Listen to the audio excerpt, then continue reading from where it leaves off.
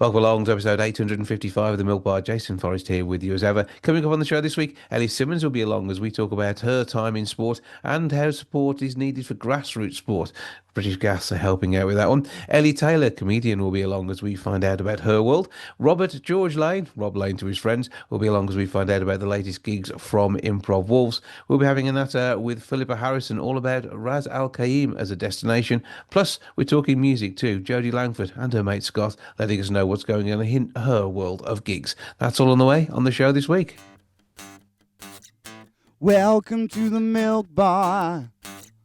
Welcome to the Milk Bar. Welcome to the Milk Bar. Welcome to the Milk Bar. Welcome to the Milk Bar. Now, Robert Lane is always a busy boy, whether he's crafting music or doing a bit of improv comedy or even starring in films. It just keeps him off the streets, which is the important part. He's here with me now to tell me quite what's going on in his busy diary. How are you doing, sir? I'm very well, Jason. How are you? I'm all right, I reckon, and very much excited for the fact that you've got a film on the way. That's right. I wrote and directed and was in and produced a short film which we made last year. And I'm not trying to be Orson Welles or anything. It's just if you don't do all these things yourself, the things don't get made. But yeah, it's a film called Fortune Teller that we filmed in one day at the Rose Villa Tavern in Birmingham last year.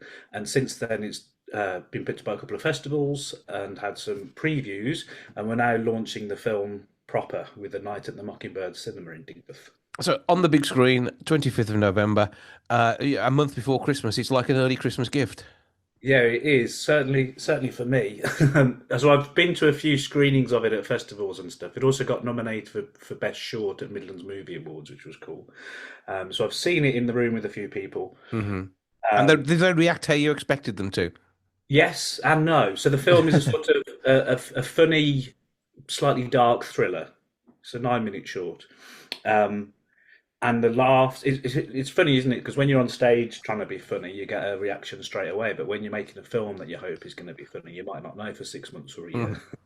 So it's been very gratifying that people have laughed at the bits that I expected, but also occasionally the bits that I wasn't expecting as well. But they weren't the serious bits, though, were they? Not the serious bits, no, Right, but a couple of bits that I'll add some amusing, but I don't know if people will pick up on it on a first watch, but they do. And there's even the things where the audience are a little bit ahead of where you thought they might be as well. And there's something very addictive to me about being in a room with people watching a film that you've made to be funny. Because I say, when you're doing it on stage, it's all happening at the same time. Mm-hmm. But to sit back in the room and sort of watch it happening has been, I say, quite addictive, really. So I'm looking forward to it. And is it time to show it twice on the night? There would be. Yeah, I missed the bit in the middle. There could be. What we're planning to do with the night, we'll show the film. We'll also have the Improv Wolves do a set as well. And then there'll be a Q&A afterwards if anyone's got any questions about the film or, well, about anything, I suppose, within reason that I might have some knowledge to answer questions about. Okay, so winning lottery numbers excluded. Anything else is on the table? Yeah, we'll give it a go. It's worth a try. Okay, so that in itself is exciting enough. How do people grab tickets for that one? Look at the Mockingbird Cinema's website or look at my website, which is robertgeorgelane.com, and you can grab tickets from there. And what's cool about it as well is that the proceeds from the night, excuse me, will go towards funding the next short film that we're hoping to make. So if you come along and watch the film, you'll actually be helping us make another one as well. There we go. And as long as you like it, that's okay. And by the sounds of things, people do, so that's all right. Yeah. Okay, now the Improv Wolves, you gave them a quick mention there. Christmas show in Ada Compton Care, 21st December. That's pretty much almost Christmas. Very close to Christmas, isn't it? It's the Sunday afternoon before Christmas. You say to raise money for Compton Care. It's happening at a place called Space in Wolverhampton, which people may or may not have heard about. It's quite. Have you been there? Do you know it? It's quite a. I don't know it. No. So explain more. Where is it? How do we find it? Quite a new venture in the old Express and Star building. Oh, yeah. Where the bridge goes across the street. Is it Castle Street, I think? Or Queen Street, something like that. But it's in one of the old Express and Star buildings, and it's this really cool place who are just starting to do some events and stuff. And I went along and thought it was cool and had a chat with the owner and manager. And we sort of had a mutual love for Compton Care and the work that they do. So we thought it would be an interesting way of doing a show, basically. And it's a lot of the things that I like. So it's a Sunday afternoon, so families can come. We'll try and make it as festive as possible. And obviously there'll Christmas be jumpers, Christmas jumpers. Christmas jumpers, Christmas music, some nice food, hopefully as well. And again, proceeds from this one will be going towards Compton Care. Okay, so how did people grab tickets for that? Again, you can look at my website, robertgeorgelane.com, the Improv Wolves website, which is improvwolves.co.uk, Spaces website as well. So any of those, you'll be able to find it. Be part of the night because even if you don't want to necessarily be picked on in the show, you can provide some pointers for the direction of the comedy. That's right, yeah. So we don't pick on people. It's not like a stand-up gig where we're trying to make people trying to pick on people and make them feel uncomfortable or anything. But we do ask for the sort of starters of our scenes and our characters and things. Think of it as comedy sourdough. Comedy sourdough. That's a great way of putting it. Yeah. So the way I like to think of it is the audience are all almost as important as the performers are because a lot of the ideas, and that's why all of the shows are different as well because we don't know what's going to get suggested from the floor. And what direction you and your colleagues will go in it. We certainly don't know that. We'll see. Right. Okay. So that's all good. It'll be the best place, Robert George Lane. That's what if you search for that, I mean, it's going to be there, isn't it? Because there can't be that many Robert George Lanes in this world. No, that's hence we're using the George because there are a few Robert and Rob Lanes around. But yes, robertgeorgelane.com. And also, I think if you Google these, hopefully I've been shouting about them enough on Instagram and elsewhere that you should. In fact, that's worth saying as well. Myself and Improv Wolves are both on Instagram and Facebook and stuff. And you can obviously find all the stuff on there if that's your preferred way of doing things. Whether it's IMDb, whether it's the actual .com, or whether it's YouTube, anything else, there's loads of stuff. He's absolutely everywhere as Robert George Lane. So give it a try. Right. And I'm sure the rest of the gang from Improv Wolves are very jealous and will no doubt be using their middle names for all of their websites in the not too distant future. They've got I don't know if they've got more uncommon names really. Well, I don't know. We'll let people decide. So you're saying you're common? That's fine. Okay, Mr. Lane, Robert of the George variety. As ever, lovely to speak to you. Have a good one with all of these gigs. Good luck with the film. Break a leg on stage, and we look forward to more going on in 2026, no doubt. Thank you so much, Jason, and thanks for giving me the chance to shout about it as well.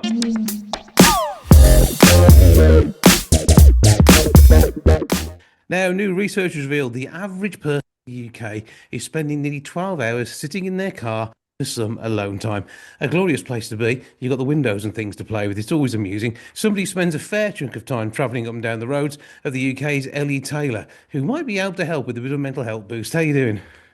I'm very well, thank you. How are you? I'm all right, Tar, although I do like to go in my car every once in a while just for a bit of peace and quiet. I mean, don't we all? I mean, absolutely. So this is what this campaign from Halfords is all about. They've done some research finding out that 3/4 of British drivers spend up to 12 hours a year in their car in secret, which I completely understand because I think it's sort of a sanctuary, isn't it, for a lot of us? Somewhere to just sit in silence, maybe just to listen to the radio, scroll on our phones, do a bit of meditation if you want to be fancy, why not? But I think definitely me as a working mum, when I drop the kids off at their respective places and I get in the car and it's just me, it is such a joy. And I definitely do not get out of the car as quickly as I need to, just because I just love it. It is like a little place of sanctuary. Absolutely. And it's your space, it's your surroundings. You've got your music, you've got your podcast, you've got, of course, the radio to listen to where we are now. So there's all sorts of ways of entertaining yourself when you chill out in there. But equally, once you're in the car, no one can question what you're doing. If you're sat in a chair at home, you obviously there's something going on. You're trying to relax, people can interrupt you. In the car, actually they can't because you're in charge of a motor vehicle. And you're in charge of locking the doors. So, that's always helpful, isn't it? Yeah, I think you're right. Even if like I will quite happily pull up to my house after dropping the kids off somewhere and just sit peacefully by myself, just for a period of time that I do not need to be in there, but I like it. Just because I know once I get back in the house, there's 1,000 things to do. Whereas in the car, you can't put on some washing, you can't tidy up, you can just sit there and just have some alone time. Apparently parents are more likely to do it, with parents spending about 14 minutes in the day, or just having some chill out self car is what I like to call it, rather than self car time. Beautiful. But I mean, you might have a book in the glove compartment. You might be working your way through the travel suites. It could well be you just watching the rain land on the windscreen and sort of drifting away, then wiping it away with your new windscreen wipers from Halfords just to give that really crystal clear look again. All these things could be part of your fun day. Absolutely, yeah. I think yes, and sometimes it's about doing nothing, isn't it? It's just sort of just being just sort of tuning our brains out. And whether you call that meditation or not, I suppose it is really, isn't it? Just sort of, especially if it is raining. I mean, I do love being in a car when it's really, really raining.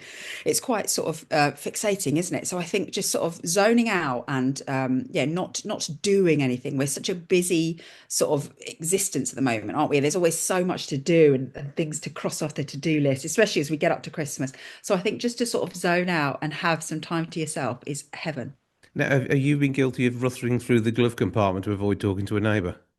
I would not go through the gloved compartment, but I know what you mean. I definitely think there's sort of sometimes if I don't want to make small talk with someone, I will happily sort of lurk in the car longer than necessary. And that's what the research also found out, that half of people do hide in their car every so often, just for, just to avoid a little bit of icky social interaction when they're maybe not up for it or feeling a bit tired, or you just, if you're like me, and as I am dressed today, I've done both school runs and I am solely in clothes that I've slept in.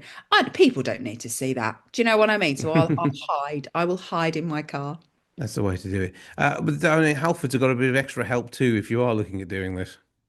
Oh yeah, they've got everything you're going to need for your car moving into winter, haven't they? So absolutely somewhere to check out to make your car time the most relaxing and peaceful kind of time it can be. Yeah, well, the limited edition car kit from Halfords, and of course the checks that you can do to make sure your tyres and everything in good condition for the winter months as well. I mean, yeah, they're the place to go. They're a one-stop shop, aren't they? So you can relax in your car knowing it is tip top and ready for winter. And you get a little dangly air freshener to play with too. What a treat. That's right. Are you a sort of scented tree person, or do you like the little one to clip on your grills in the on the heater? Call me old-fashioned. I do not have an air freshener in my car. But you have got furry dice that have been there since the 70s. Obviously, and three teddies sort of stapled to the front of the grill. Yes. It takes you back. Well, have a great time out on the road when you will be touring. Any gigs coming up that we need to know about? Do you know, I've just finished a tour actually. So no, I'm just going to stare at a wall for a bit, or maybe sit in my car and stare at a wall. Okay, writing the next tour probably. Yes, exactly. Got to start that, haven't I? Yeah. Well, have a fantastic Christmas. Hide in the car for as much as you need to. Ellie Taylor, thank you for joining us. Thank you.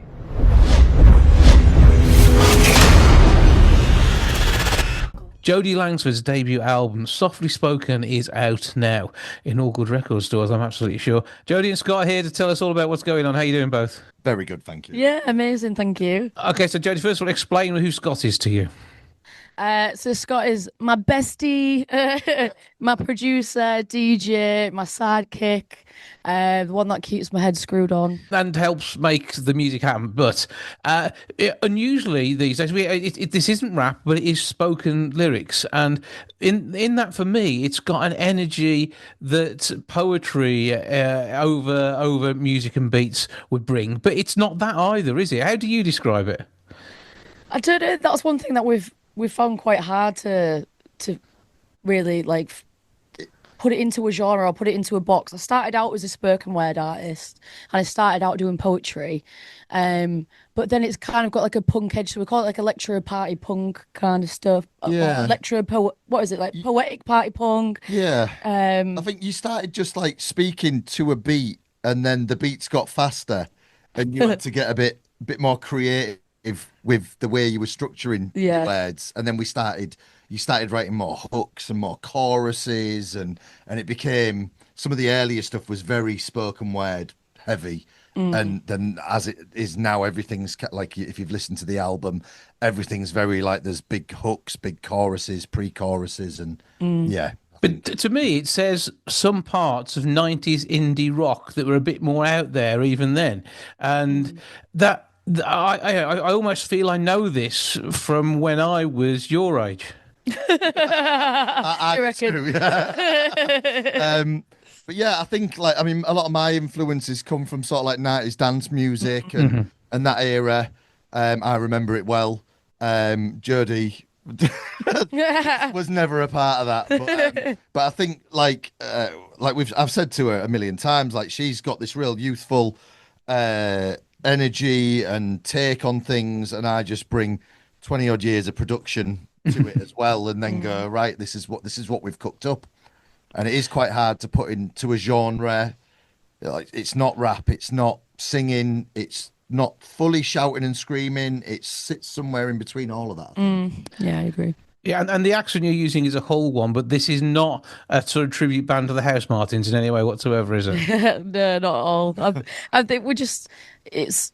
I never thought about changing my voice. Never thought about, um, putting a southern accent on it, or it's just Even cleaning it up, like or cleaning it up. yeah, Yeah, it's just just my raw, authentic self. I yeah. thought. Oh yeah, raw. I'd definitely say raw, but still in that rawness, giving it an edge. And you don't need to put on a personality because you're sharing your own. Yeah, yeah, totally. And that's the vibe that I want to give off is just being true to me. And that's what we've always been about. It's just we say, don't we? Like if you get it, you get it. You don't, you don't. We're And not trying to pretend to be anything that we're not. yeah. But as you are clearly telling a story, though, it does make the storytelling easier. Yeah, yeah, I completely agree. Yeah, I think storytelling has always been something that I've, I've always felt natural doing. Like when I used to do open mics, and I used to do all my poetry. I just love conveying a story, and that's what I wanted to do through our music as well. Yeah. So the album is now out. This means we've got gigs all over. But what is the essence of what comes next? I mean, where do, because this is about a feel. This is about an exploration. So what's going to come after this? A break. We're actually taking some time off now. I know our PR team were like, so you need to get a tour booked in and stuff. And we're like, no, we just want some time off. Yeah. We've gigged loads over summer and loads of festivals and loads of out of town shows, and we've had some really, really good times. But we're like, we just want to take a break now for a bit, which is probably not the best thing to do when you've just released an album. But you've whetted everybody's appetite over the summer. This is now the stocking filler, isn't it, for Christmas? Yeah, Yeah, just yeah. keep people ticking over. But we have said, I mean, obviously this album got sort of finished in like March, April time, and we've sat on it for so long, and we've been performing a lot of the tunes off the album for that whole time, and now we just like it's that thing of like the release of the album means we can like move on now and write some new material, start working on some of the different ideas, and still performing when we start gigging back again in like January. We'll be playing all the songs off the album still, but it just means we'll have more in the bank ready for the next releases and stuff. And I think as well, we mentioned something about potentially doing a remix of like existing songs on the album, because once we perform them so many times, we just like to zhuzh them up a bit, don't we? And Yeah, it's quite handy that I produce everything and then we get a bit bored of it and I go, well, I'll just remix it. And then it's a fresh song again, and we can start playing that before. And we've even started doing that with a couple of the songs off the album. We're now playing remixed versions, not the album version anymore. We're like, we want to play the remix version because it's different, and we've got a bit bored of playing the album version. But yeah, we can't settle. And I'm constantly in the studio just going, no, I've done this to this track. Let's go with that instead.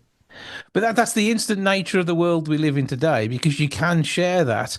And even if you say, right, you've bought the album, I'm going to give you this track now, or it's going to be available in different ways. Now, Put It Down is the track that I'm going to play in a short while's time. But tell us what your favourite on there is. Which is the one that means the most to you? oh, the one that means most. I don't know. Part of me really likes Rats, and I think it's just because it's like punchy. I like the doom doom doom part of it, and I think just because it captures the nature of living in a horrible house share, and I just remember that having the best worst time ever in this really rubbish house share with my best friend for a couple of years. So it's just nice turning a funny horrible story into a tune. Yeah, there's always that little tongue-in-cheek kind of little bit of humor in there as Yeah. well. And I think like with everything Jodie writes, it's relatable, and like I think with the whole album, there's enough in there for a lot of people to latch onto. I think one of my favourites is The Biz, but I had a bit of a hand in some of the lyric writing on that. So that one's a bit like and like precious to me, because Jodie was like accepted some of my lyrical ideas, and I was like, oh, she likes my lyrics. So, and I've never been a lyric writer really, and I'm spending time with Jodie, watching her do what she does so well, listening. I'll just go, oh, we should write a song about this, and then 2 days later she'll turn up with all these incredible lyrics. and we'll build, I'll start building the music around it, and that's just really inspiring. And I've leached a little bit of that skill set off Jodie whilst we've been doing all this. And when it comes to put it down, I mean, you're describing the gig experience that I think we've all had at some point. Again, Scott, you'll remember this. We used to have our phones taken off us in the 90s if we were going into a gig on the grounds we might ring someone and they could listen to it. These days, people are filming the whole gig, and this is where Put It Down comes from. I don't even remember having a phone in the 90s. I think I really put off getting a mobile phone until like the early 2000s or something. But yeah, I mean, there was a time, a golden era where no one had a phone out, no one was filming anything. Everyone had disposable cameras or like little digital cameras and things. And it was just, I think it was when we went to see Kneecap. Yeah, We got sort of close enough to the front, but still in front of us, there was just a sea of people all holding their phones up for the entirety of the gig. And then we thought, well, let's write a song about that. And we've noticed now at our gigs, you can see people kind of, when we want to put it down, just like sheepishly put the phone back in the pocket because they don't want to get caught and they don't want to get yelled at by me. Told off. Yeah. So this is the one of your songs that there will be no footage of online whatsoever. Oh, there is. There's always people that sort of like rub it in our faces by going, "Oh, I'm going to film it anyway. What are you going to do?" Yeah. But yeah, it was something that annoyed us. And you see it all over the place. It's just, we were just like, let's write a song about that. Well, I think it's phenomenal. It's different. People are going to pick up on this if they haven't heard you yet. If they have experienced you live, they're going to be ready for the album if they haven't got it already. And 10 tracks and a chance to express yourself in the way we do it best, through speech, yet with the musical backing. The album's out there. How do people get hold of it? Where do people find your music? And of course, now you're an influencer, because that's what you have to be a musician these days. Where can we find you online? So the album is available on all streaming platforms. Easy for me to say. We've got physical copies, but you'll have to come find where we live to get one of those. We DIY'd together some physical copies. It's on Bandcamp and SoundCloud and all streaming. Yeah, it's out there digitally. I mean, like they say, the good old days where you'd buy an album, it just doesn't seem to happen these days anymore. So, but you've done artwork to go with it as well, though, haven't you? Yes. We've cut up loads of photos of like all our friends and good times and me. Loads of pictures of you. It's a bit of a Where's Wally of your mates. And Scott, how many times do you get to appear? Who's got the most cutouts? I think me and Jodie feature heavily on it, and then we just was like, oh, we need to get our mates in that have like, and it's all about like the love for our community and our friends who have been there, who drive us around to gigs or to come to our gigs, and it was just like we had to show them we love them. Some of my mates are fuming there because I've got some right bad photos of them. Like one of my mates is thrown up into a sick bull. So yeah, they're not very happy about that. So Jodie Langford, Softly Spoken. That's what we're looking for now. Scott and Jodie, thank you both for joining us. Thank you so much. Cheers.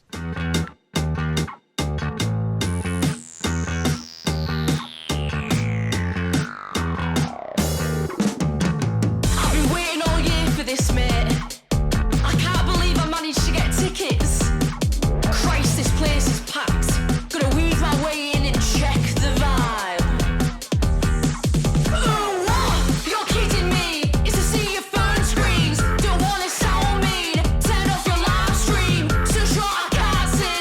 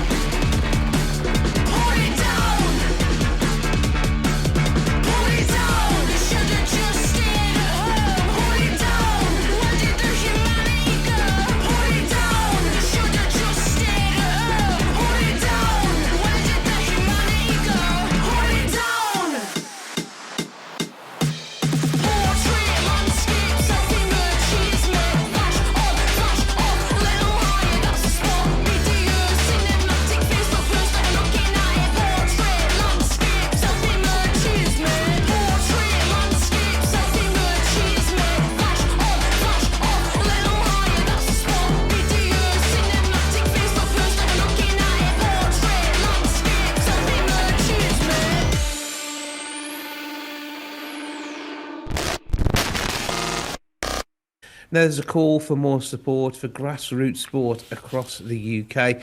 Somebody who can tell us all about their time in grassroots sport is Ellie Simmonds, who joins me now, alongside British Gas Head of Energy for Tomorrow, Sarah Wright. Good afternoon to you both. Yeah, good Hello, afternoon. good afternoon. Is it afternoon? Yeah. I think it is, yeah. Time flies. So, It Ellie, does, doesn't it, when you're having fun? it is part of the fun. Talking about sport is always something that's worthwhile. Very much so. Eddie, what was it like for you growing up and getting into sport in the first place? Oh, it was amazing.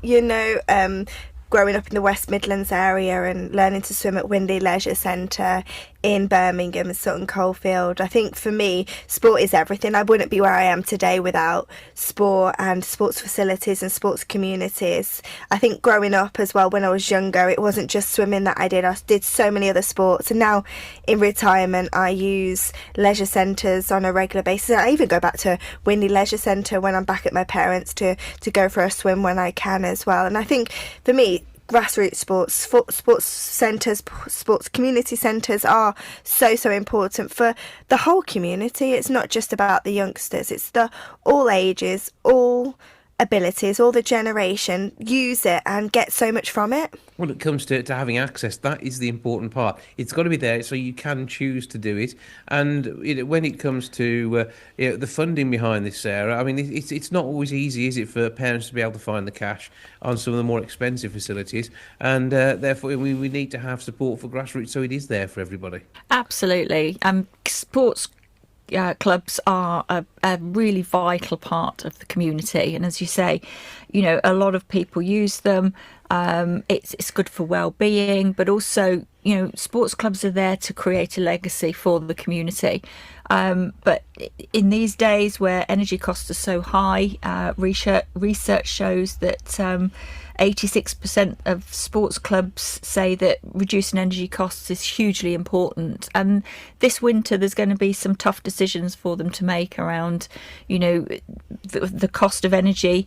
They may have to reduce the hours. They may have to close down some of their programmes. So being able to support the clubs with the British Gas Energy for Tomorrow Fund to actually put in those energy efficiency measures that can help them to reduce those costs and help them to become more sustainable and be there for future generations within the community. Yeah, and it is about those future generations. Ellie, I mean, you're an inspiration to so many. And I mean, when you were starting out, who'd have thought what followed from it? Everything from all of your international plaudits through to Strictly. Yeah, I know. You never think, like, growing up when you go to play sports and do sports, and that with my love for swimming, that 4 years later I'd go to my first Paralympics in Beijing in 2008, and then now as a nearly 31 next week, as a 30-year-old I would have gone to 4 Paralympics and achieved what I have, and since retirement been able to enjoy everything that I'm doing and loving and stuff. So yeah, it's nice because, and also I think we think sometimes that next generation is Olympians and Paralympians, but it's not. Sport is for every single person, and it's really important that every single child, every single adult, every single older generation gets the chance to play or do sport in some way. And Sarah, again, the support that is there, the efficiencies that you're driving for, these all help to even expand. Even if they can keep costs down by becoming more efficient, they may be able to put more programs on for more people.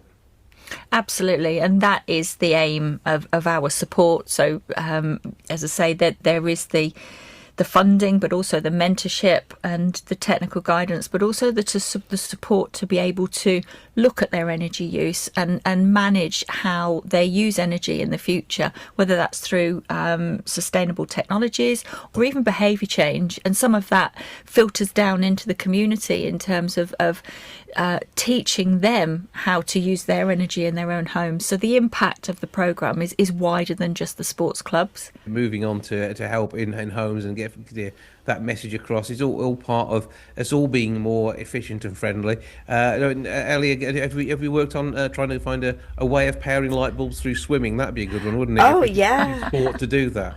Yeah, that would be amazing. I don't think I would raise much energy now with my swimming because I'm a bit slower than what I was when I was a professional athlete, but I'm very passionate about looking after our environment and thinking about energy solutions that helps with the future of our planet. Again, I'm very passionate about ocean conservation and raising awareness of protecting our oceans and our coral and marine life. So if there's any ways in which I could do and I think that's the thing, like if we all do play our small part, we make such a big impact. But yeah, if I could power swimming and help light bulbs, then I'll try and get back to my fast ways in which I used to be.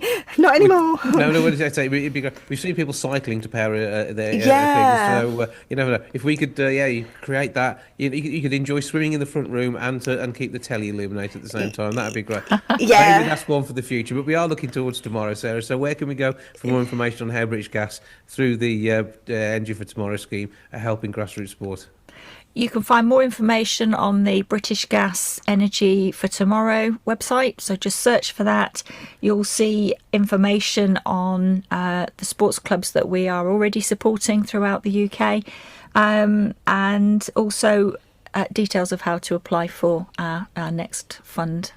Which is absolutely well worthwhile for all those groups. And Ellie, what have you got going on at the moment, apart from celebrating your 31st next week? What's the plan? Yeah, well, having a great day here with British Gas today, and then heading back to Birmingham for some bits tomorrow. And yeah, it's nice just to take every day as it comes. Okay, well, we'll look out. But no more telly work in the immediate future, though. Not that I'm aware of. Okay, your agent's worrying about all that sort of stuff. Yeah, very much so. Okay, well, that'd be good to see you do something major again soon, because you absolutely deserve that. I mean, it's great to see so many personalities coming through in the world of sport, and without Grassroots, we just wouldn't get it at all. That's over now. Ellie Simmonds, Paralympic gold medalist, and Sarah Wright, Head of Energy for Tomorrow at British Gas. Thank you both for joining us. Thank you so much. Thank you. Thank you.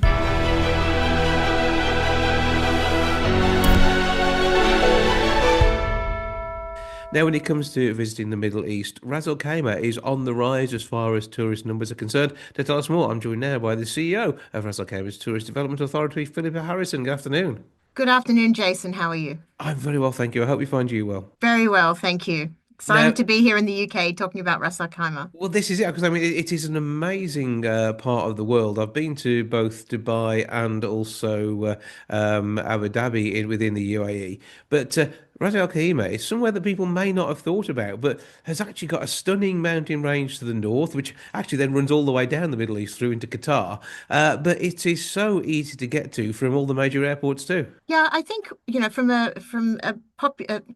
a perspective of the British population, everybody knows Abu Dhabi, everybody knows Dubai, and Ras Al Khaimah is becoming much more well known. And in fact, it's Ras Al Khaimah's third largest market is the UK. So we are getting on the radar there, but it is still somewhat of an undiscovered destination. But the reason that people love it is because it does have all of those natural assets, the mountain, the desert, and the beaches as well. And also the lifestyle, and I think that's a big part of it. We know of Dubai's opulence, having been to the Atlantis Hotel over there and seen the palm front. This is actually still got that same level of opulence, but in a more naturalistic environment. Yeah, I always say, we're only 45 minutes from Dubai Airport, which is the busiest airport in the world. And in fact, there's 15 flights a day from all ports of the UK to Dubai and Abu Dhabi. So it's a really super easy place to get to. But when you get out of the airport and you take the turn left to Ras Al Khaimah, your shoulders just drop, and it is just a place where you can relax, and it's a slightly slower, more natural pace of life up there, and it's just a really lovely place to have a beachside holiday. And the Masandam Peninsula that runs just to the north, is this somewhere that you can go hiking? Because I know the temperatures are going to be quite high, so it is one to think carefully about to make sure you're prepared for. Yeah, there are some hotter months, but I can tell you if you went there today, you'd be in shorts and t-shirts, and it's a very pleasant 28 degrees. So it's lovely there. But from Ras Al Khaimah, we do have a lot of day trips, and the Musandam Peninsula is one of those. We've also got hiking in the mountains. There's 100 kilometers of hiking trails. There's lots and lots of water-based activities when you do want to cool off, and we have some amazing things to do in the desert as well. Yeah, and Jabal Al Harim, the highest point over that way. Yeah, Jebel Jais is the highest one in the UAE itself, and that stands at about 2,000 meters above sea level. And there's you can go there and just have a look at the beautiful view, or you can get really involved in adventure there. There's the Jais Ride, which is the world's longest zip line, which is 2.8 kilometers long, which is pretty exciting. And there's the Bear Grylls Explorer Camp as well, which is actually, despite what it sounds, very family friendly. There's lots and lots to do there as well. And with the waterfront in Ras Al Khaimah, it is a glorious place to go. And the cuisine is phenomenal too, having had some amazing meals in the UAE and the region as a whole, to be fair. Yeah, but food is something that's just going to be so fresh, it's unbelievable. Food is really, really important to your holiday, I know, and you can get all things from world-class cuisine to a local Emirati meal in the UAE, and so food is a key feature of any holiday there. So what else should we be looking at whilst we're out there? So, we have, as I said, been growing in popularity as a beach holiday, and there's some incredible development coming as well. We've got the Marjan Island archipelago, which is 3 incredible islands, and there is a whole range of resorts coming up in our Marjan, and one of them being the Wynn Integrated Resort. So it's the first time that Wynn has opened in the Middle East, and it's going to be a pretty exciting time. So that's in early 2027. But if you came before then, there is so many things that you can do. You can either have a beach holiday, and that's perfectly fine. And a lot of people, it's a key feature of any holiday to Ras Al Khaimah.